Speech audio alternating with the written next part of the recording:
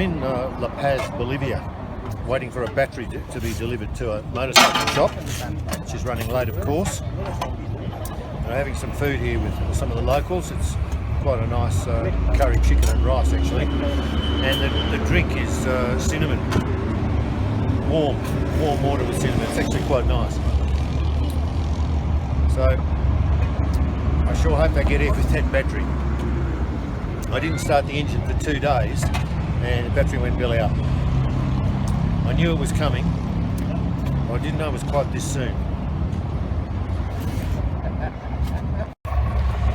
Now, I've just been doing some shopping for some nuts and bolts that I've had trouble with on the pannier system on the bike, and it's amazing what they've got here, you know.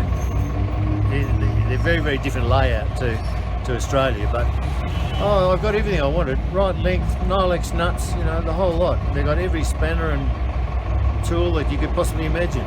It's actually pretty good.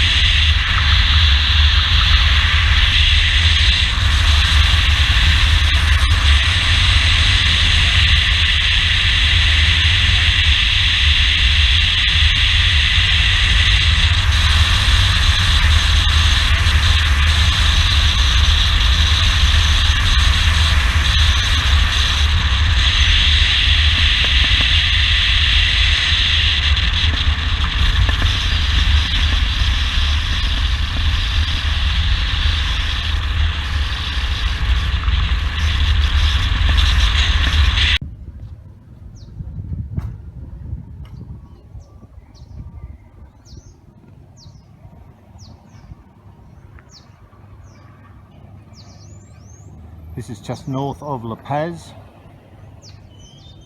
Bolivia, a town called Coriaco. This is the end of the famous Yungas death road. Very notorious with a huge amount of road accidents, falling off cliffs.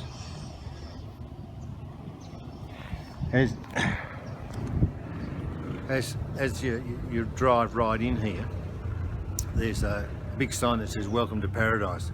It's actually a really nice little town. It's got a nice vibe about it. Relatively clean.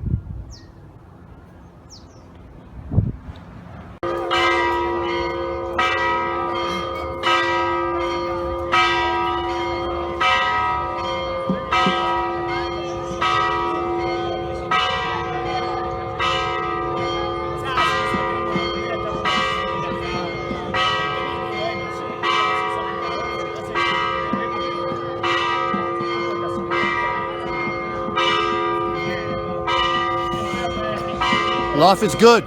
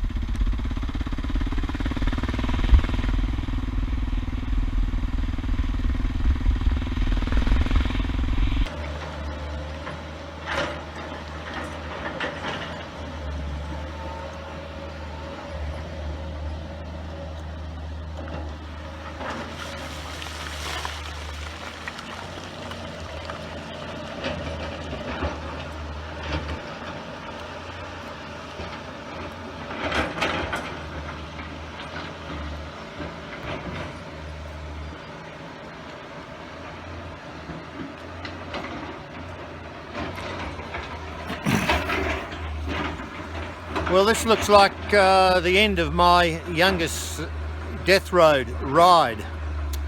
There's obviously been a landslide here. I did pass a grader that's obviously on its way here, but looks like a pretty time-consuming job. I think this is probably the end of it, but I'll hang around for an hour and to see if the grader gets here.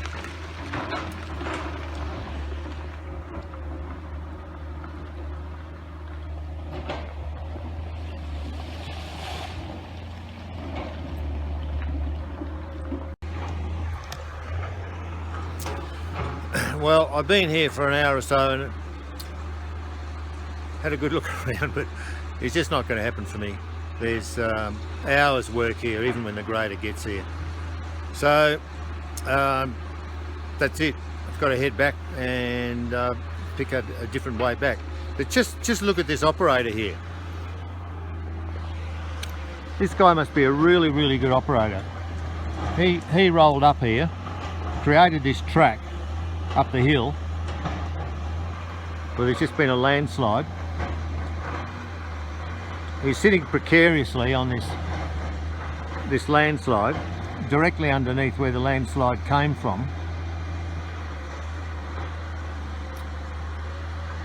And he's doing a fabulous job, actually. Very good operator, this guy.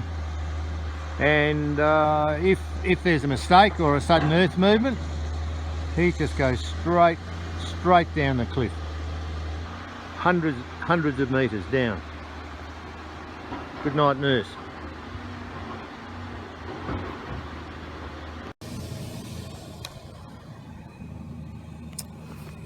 Well, not to be deterred, I've come in to the Yungas death road from the other end.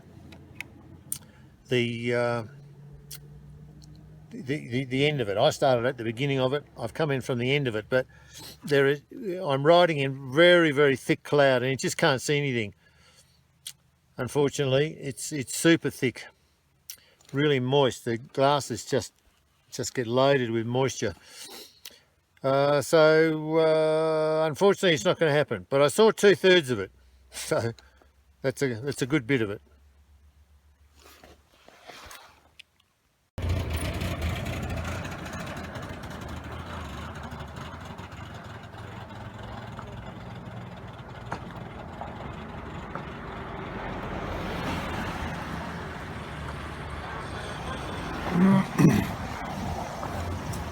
This is how thick the fog is at the moment.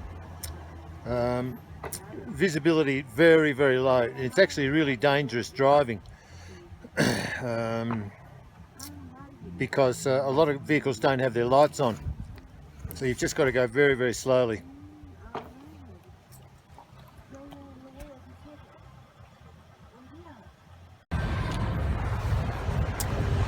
Well, I'm back in La Paz because there's no ring road, unfortunately, and I've been trying to get through the middle of La Paz for about an hour through some of the most crazy traffic that I've ever seen, and it's made much worse by the fact that there's basically just no rules, and you can be driving along very, very slowly, of course, first gear. The clutch takes a tremendous pounding in this sort of traffic, particularly going up the very steep hills.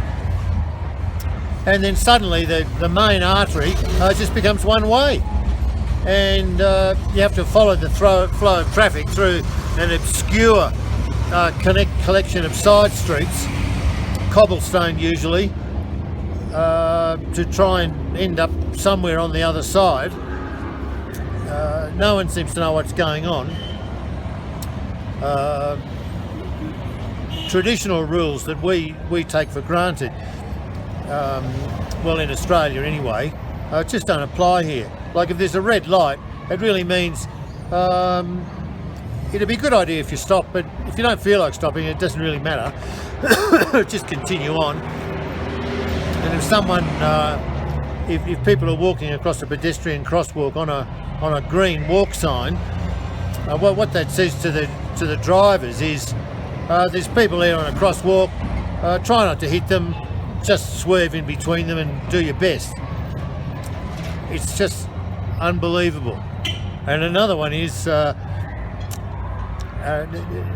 was glad to get out of Peru because the drivers are so shocking.